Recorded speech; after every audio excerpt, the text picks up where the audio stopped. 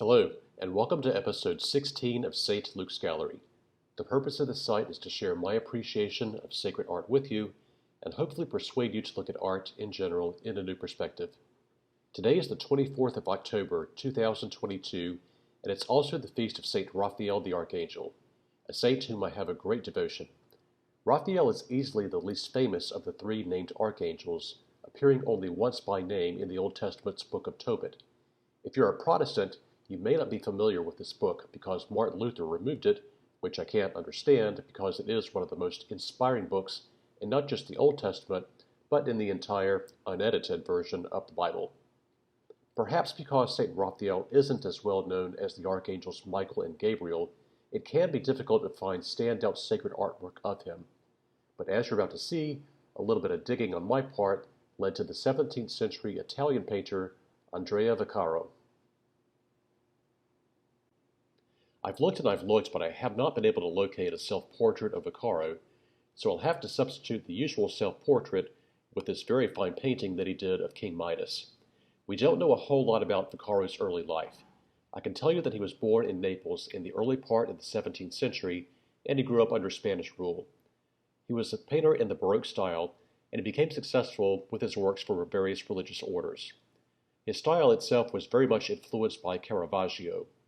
We know that he was the father of the painter Nicola Vaccaro, and among his students were Giacomo Varelli as well as Giuseppe Fattoruso. Vaccaro is believed to have died in the year 1670.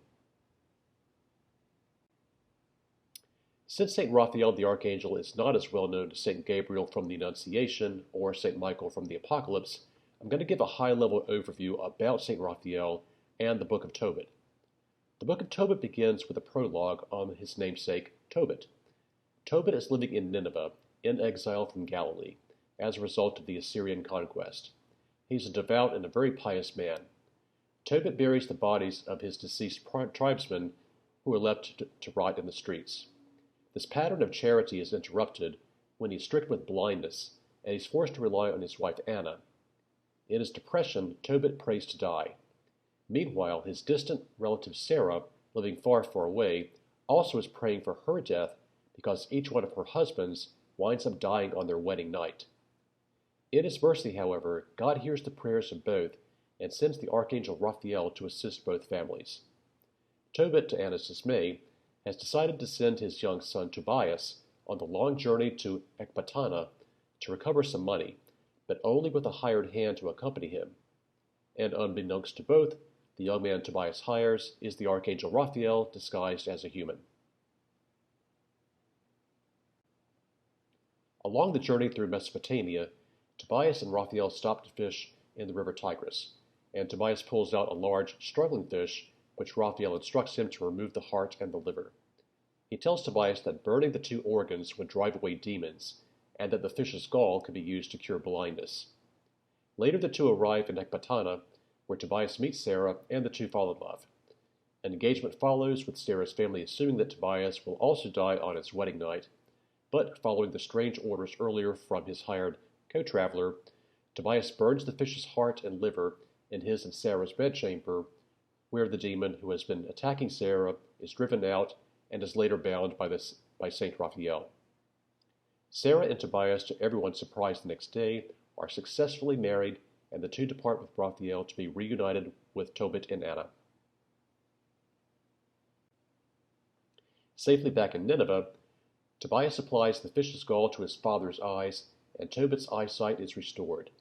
It is at this point Raphael reveals his true identity, saying, "When thou didst pray with tears, and didst bury the dead, and didst leave thy dinner, and hid the dead by day in thy house, and buried them by night, I offered thy prayer to the Lord. And because thou wast acceptable to God, it was necessary that temptation should prove thee. And now the Lord hath sent me to heal thee, and to deliver Sarah, thy son's wife, from the devil. For I am the angel Raphael, one of the seven who stands before the Lord." That's a very high-level recap of the Book of Tobit, the only book in the Bible where St. Raphael the Archangel is mentioned. For those of you who are not Catholic or Orthodox, and thus not familiar with the Book of Tobit, I'll include a link in the show notes for you. It really is an inspiring and well-written book about the importance of faith in God and perseverance in faith no matter what hardships and temptations may come your way. Finding good sacred art of St. Raphael is a challenge compared to Michael and Gabriel, so I was really happy to discover this series by the very talented but not so well-known Andrea Vaccaro. I like how he depicted Raphael as a rather normal young man Tobias's age and not an over-the-top girly angel, as I've seen in some well-intentioned but not so well-executed prayer cards. Note how in the painting on the left, the scene is quite dark, with minimal light as Raphael and Tobias leave Nineveh. I think that's pretty apt considering what a hostile, godless place Nineveh was. Then in the upper right, we start to see things lighten up a bit as Raphael instructs Tobias to pull the fish out of the river, whose skull and organs will later play a very much healing role. And finally at the bottom, we see the fine artistic composition of the healing of Tobit, with Raphael, who isn't even the main focus of the scene, receiving the most illumination, right before revealing who he really is. The Book of Tobit is highly recommended, and I hope these 3 paintings by Vaccaro will be a nice visual companion. And that concludes this very short episode 16 of St. Luke's Gallery. I'll have a new episode in about a week, so until then, please visit stlukesgallery.com and also the channels on BitChute, Vimeo, Rumble, or YouTube. Questions or comments can be sent to mail@stlukesgallery.com. Thank you again, and may God bless you.